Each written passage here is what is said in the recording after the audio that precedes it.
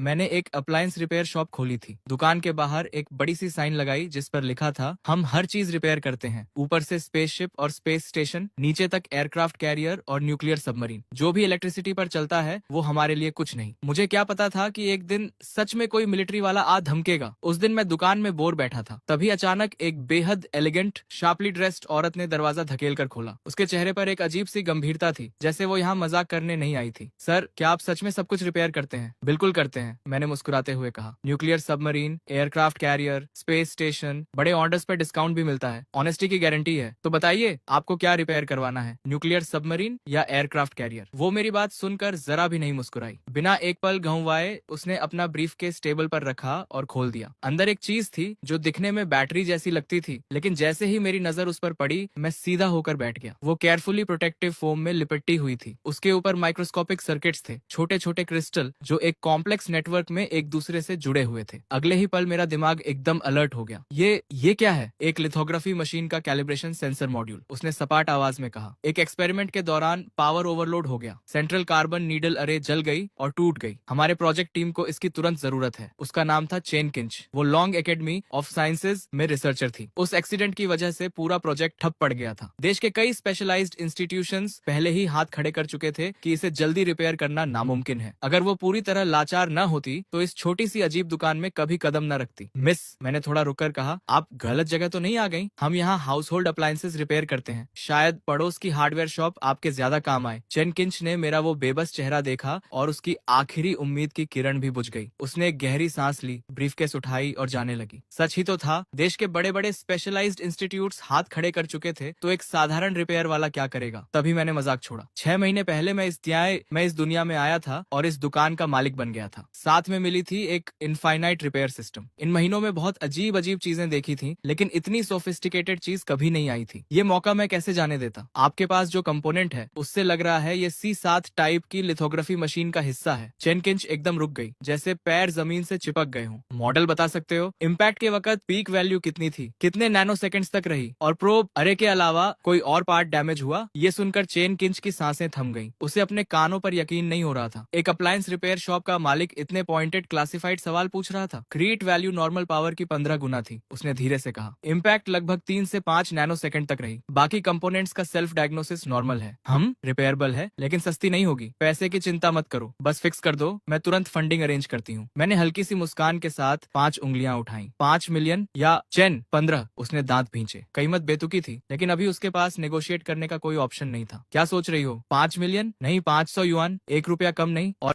500 yuan, 1 रुपया कम नहीं, और मेनली इसलिए क्योंकि इसे रिपेयर करने में बहुत इलेक्ट्रिसिटी लगेगी। 500 युआन? सच में? चेन पूरी तरह ठगी सी खड़ी थी। उसे लगा जैसे रियलिटी हिल गई हो। वो हड़बड़ाकर फोन निकालकर QR कोड स्कैन करने लगी। Instant payment received, 500 yuan. ये देखकर मैं खुलकर मुस्कुरा दिया। बिना जल्दबाजी के एंटी स्टैटिक ग्लव्स पहने, टेबल पर एक साफ सफेद कपड़ा बिछाया और बड़े आराम से मॉड्यूल को बॉक्स से निकालकर रख दिया। System activate. अगले ही पल मेरे सामने एक इन्फॉर्मेशन पैनल अपीयर हुआ। Repairable item detected. C7 type lithography machine का calibration sensor module, damage level 88%, repair plan analysis complete. सब तैयारी करके मैं एक धूल भरी शेल्फ की तरफ गया और एक ग्लास आर्मर्ड बॉक्स उठाकर लाया। जैसे ही बॉक्स खुला, चेन किंच की आंखें फटी की फटी रह गईं। ये क्या है? उसे लगा था कि कोई सीक्रेट वेपन निकलेगा, लेकिन अंदर था एक बेतरतीब ढंग से मॉडिफाइड सोल्डरिंग आयरन, एक house hold hot air gun, एक इलेक्ट्रिक किचन मिक्सर और जगह जगह से बटोरा हुआ जंकयार्ड का सामान। बॉस, आप इस कबाड़ से मेरी फोटोलिथोग्राफी मशीन का पार्ट रिपेयर करने वाले हो? घबराओ मत, मैंने मुस्कुराते हुए कहा। ये सब इक्विपमेंट फैमिली एयरलूम है। अपोलो मिशन के जमाने में इससे पार्ट्स पॉलिश होते थे। लिथोग्राफी मशीन न होती तो मैं इसे निकालता भी नहीं। Apollo mission? चेन किंच के मुंह का कोना फड़का। पछतावा तो था कि यहाँ आई क्यों, लेकिन अब कोई चारा नहीं था। एक बार और ट्राई तो करना ही था। मैंने हेयर ड्रायर उठाया और मॉड्यूल पर चलाने लगा। न कोई हीट थी, बस हल्की सी ओजोन की स्मेल। लेकिन तभी चेन किंच ने हैरान होकर देखा कि माइक्रोमीटर स्केल सर्किट्स में कुछ हो रहा था। ये क्या है? इलेक्ट्रोडिट्रैक्शन इफेक्ट की रिवर्स रिएक्शन। एक स्पेसिफिक फ्रीक्वेंसी को पल्स में कन्वर्ट करके मेटालिक ट्रे की मेमोरी रिस्टोर की जा रही है। सिंपल वर्ड्स में उसे उसकी ओरिजिनल शेप याद दिलाई जा रही है। चेन अभी इस झटके से उभरी भी नहीं थी कि मैंने वो सोल्डरिंग आयरन प्लग इन कर दी। उसकी टिप पर एक बारीक नीडल लगी थी और वो धीरे धीरे रेड हॉट होने लगी। चेन का दिल फिर से तेज धड़कने लगा। इस जलती हुई नीडल से क्या करोगे? लेकिन मेरे चेहरे पर उस वक्त जो कॉन्सेंट्रेशन थी वो मैंने पहले कभी नहीं दिखाई थी। नीडल एकदम स्टिल थी। बहुत धीरे धीरे मैं उसे डैमेज प्रोब अरे के पास ले गया। जैसे ही टिप पास आई, एक बेयरली विजिबल इलेक्ट्रिक आर्क क्रैकल करने लगा। चेन ने वो नजारा देखा जो वो जिंदगी में कभी नहीं भूलेगी। आंखें बंद करो, मैंने कहा, ये बस कोल्ड एटम ग्लास है। लॉन्ग इंस्टीट्यूट के रिसर्चर्स इतने इंप्रेशनेबल क्यों होते हैं, जैसे कोल्ड एटम ग्लास पहले कभी देखा ही नहीं। लेकिन ये टेक्नोलॉजी, हम तो इसे फ्यूचर टेक्नोलॉजीज के आर्टिकल्स में लिखने से भी डरते हैं। चेन की आवाज कांप रही थी। उसे लग रहा था जैसे दशकों की मेहनत से बनाए गए साइंस के विजन को इस आदमी ने कबाड़ से तहस नहस कर दिया हो। ठीक है, आखिरी स्टेप, प्रोब नेटवर्क और माइक्रोमीटर सर्किट्स रीबिल्ड करना है। चेन उसे देखती रही, आंखें चौड़ी। मैंने एक बिस्किट टिन से कुछ पाउडर निकाला, एक छोटी सी ग्लास वायल में डाला, फिर उसमें एक विस्क डुबोकर ऑन कर दिया। ये अल्ट्रासोनिक सस्पेंशन नेबुलाइजेशन है। ओह, तुम जानते हो? लगता है तो है, मतलब रिसर्चर बुरे नहीं हो तुम। मैंने हल्की सी स्माइल दी और सोल्डरिंग आयरन ऑन की। एक स्पेशल मैग्नीफाइंग ग्लास के थ्रू चेन ने देखा कि जले हुए बेसिक सर्किट्स लाइटनिंग स्पीड से खुद को रिपेयर कर रहे थे और रिपेयर्ड सर्किट्स पहले से भी ज्यादा परफेक्ट थे। कुछ देर बाद मेरे माथे पर पसीने की बारीक बूंदें आ गईं। हो गया, मानना पड़ेगा, इस चीज की प्रिसिजन वाकई बहुत हाई है। ये सुनते ही चेन किंच की आंखें पूरी तरह खुल गईं। हो गया? आधे घंटे भी नहीं लगे। सच में इस पिन और बिस्कुट टिन के सामान से फिक्स हो गई। मेरी स्किल्स पर शक है क्या? शुरू से देख रही थी, अगर नहीं तो चेक कर लो खुद। और हाँ, मैंने तुम्हारी फोटोलिथोग्राफी मशीन की प्रिसिजन भी इम्प्रूव कर दी है, तो उसका एक्स्ट्रा चार्ज लगेगा। ये वर्ड्स सुनकर चेन के मन में एक तरफ कोल्ड एटम ग्लास और अल्ट्रासोनिक नेबुलाइजेशन के वो सीन्स गूंज रहे थे और दूसरी तरफ ये महान जीनियस अब पैसों की बात कर रहा था। दुनिया का सबसे अजीब इंसान। बॉस, पहले जो आपने इलेक्ट्रिसिटी वाली बात कही थी उसका मतलब क्या था? बताया था ना, फैमिली सीक्रेट टेक्निक है, आगे नहीं बताते। लेकिन लिथोग्राफी मशीन्स तो ज्यादा पुरानी है नहीं, आपके एंसेस्टर्स काफी जवान रहे होंगे। एक्स्ट्रा चार्ज कितना? मैंने 3 उंगलियां उठाई। 30,000 या 3? चेन फिर से हकी बक्की। ज्यादा दे तो भी बुरा, कम दे तो भी बुरा। 300? मिस, स्टेट का पैसा यूं हल्के में मत लो। 300 युआन, वन छोड़ो। चेन किंच की चौड़ी आंखों में अविश्वास चमक रहा था। फिक्स हो गई? और इतना कम मांग रहे हो? ये फोटोलिथोग्राफी टेक्नोलॉजी है, मिलियंस मांगते तो भी देने पड़ते। 800 युआन, 1 पैसा कम नहीं। और हाँ, एक बात बताना भूल गया था, तुम्हारे मास्क की प्रिसीजन भी रिकैलिब्रेट कर दी। सॉरी, वो थोड़ा पुराना था, मुझसे रहा नहीं गया। ओरिजिनल रेजोनेंस फ्रीक्वेंसी थोड़ी कोर्स थी, मैंने 1 परसेंटेज पॉइंट ऊपर कर दी। तुम्हारे प्रोजेक्ट पर कोई खास फर्क नहीं पड़ेगा ना? कितना कहा? 1 परसेंटेज पॉइंट? चेन किंच की सांस रुक गई। एक रिसर्चर होने के नाते वो जानती थी कि वो 1 परसेंटेज पॉइंट कितनी बड़ी बात है। सर, क्या मैं आपका कॉन्टैक्ट ले सकती हूँ? क्यों? मैं एक रिस्पेक्टेबल आदमी हूँ। तुम्हारी चीज फिक्स कर दी, अब और क्या चाहिए? नहीं, एक्चुअली अगर कभी कुछ और फिक्स करवाना हो तो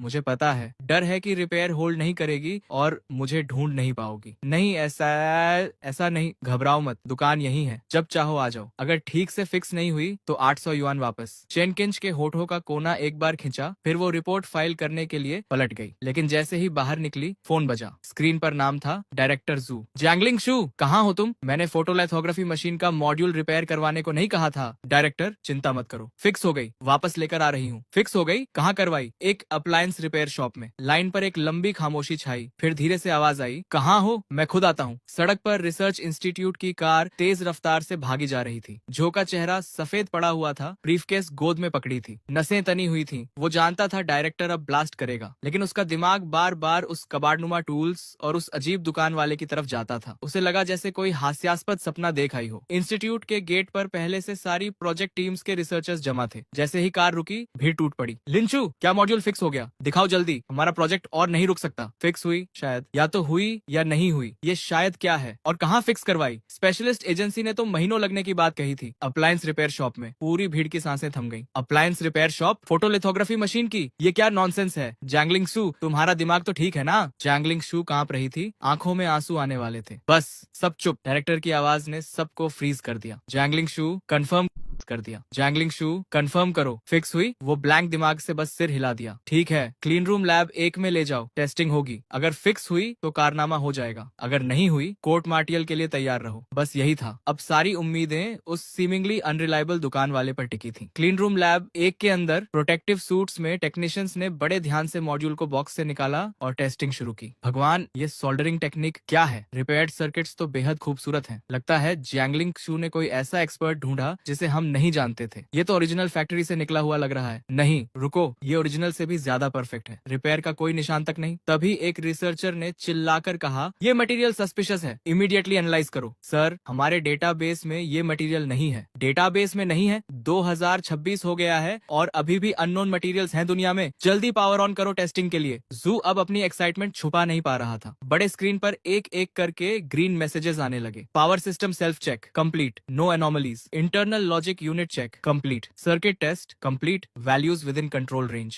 हर अनाउंसमेंट के साथ कमरे में मौजूद हर इंसान का दिल एक धड़कन ज्यादा धड़क रहा था। जो मॉड्यूल फिजिकली डिस्ट्रॉयड घोषित हो चुका था वो एक एक वेरिफिकेशन प्रोसीजर पास करता जा रहा था। ये तो साइंटिफिक ही नहीं है, एक्यूरेसी टेस्ट रन करो। जू की बॉडी सुन्न पड़ गई। वो चेयर में धंस गया जैसे सारी एनर्जी निकल गई हो। सर, वैल्यूज स्ट्रेन्स हैं। ये सुनते ही जू की मुट्ठियां भिंच गईं। हथेलियों का पसीना आस्तीन तक भिगो गया। तो फेल हो गई? जू एकदम कुर्सी से उछला। नहीं सर, ये वैल्यूज किसी बहुत हाई लेवल फोटोलिथोग्राफी मशीन जैसी हैं। हम जो यूज कर रहे थे उससे 1% पॉइंट ज्यादा। मुझे शक है ये हमारा मॉड्यूल ही नहीं है, लेकिन अब भी दुनिया में किसी के पास भी ऐसी टेक्नोलॉजी नहीं होनी चाहिए। 1% पॉइंट ज्यादा। जो कि आंखें पलटी और वो बेहोश होकर गिर पड़ा, लेकिन बाकी सब यूफोरिक थे। स्क्रीन पर स्क्रॉल हो रहे डेटा को टकटकी लगाए देख रहे थे और एक कोने में चेन किंच अभी भी वहीं खड़ी थी, ब्लैंक एक्सप्रेशन के साथ। तो कैलिब्रेशन मॉड्यूल फिक्स हो गई? फिक्स नहीं जैंगलिंग सू, ये ब्रेक थ्रू है। तुमने एक कारनामा कर दिया। वो अपनी तरफ उंगली उठाते हुए बोली। मैंने? अभी तो डायरेक्टर कोर्ट मार्शल की बात कर रहे थे। एक पल में कारनामा कैसे? जैंगलिंग सू, इस बड़ी टेक्निकल डिफिकल्टी को ओवरकम करने में तुम्हारे एक्सेप्शनल परफॉर्मेंस के लिए मैं तुम्हें इस रिसर्च टीम का हेड नियुक्त करता हूँ। वो अपनी आंखों पर यकीन नहीं कर पा रही थी। लॉन्ग एकेडमी ऑफ साइंसेज में काम करना ही एक ऑर्डिनरी इंसान के लिए पिनिकल था। टीम लीडर बनना उसकी सोच से भी बाहर था। क्या ये सब उस मॉड्यूल रिपेयर की वजह से था? और उस मोमेंट में पहली बार उसे यकीन हुआ उस सीमिंगली अनरिलायबल लड़के की बातों पर। वो 1% एक्यूरेसी इंप्रूवमेंट भी सच था। बताओ चीफ जैंगलिंग, सारे स्पेशलाइज्ड एजेंसीज ने हाथ खड़े कर दिए थे। तुम किसके पास गई थी? आर्मी सब कॉन्ट्रैक्टर, जनरल स्टाफ का कोई बिगविग? इतनी इंपॉर्टेंट मैटर के लिए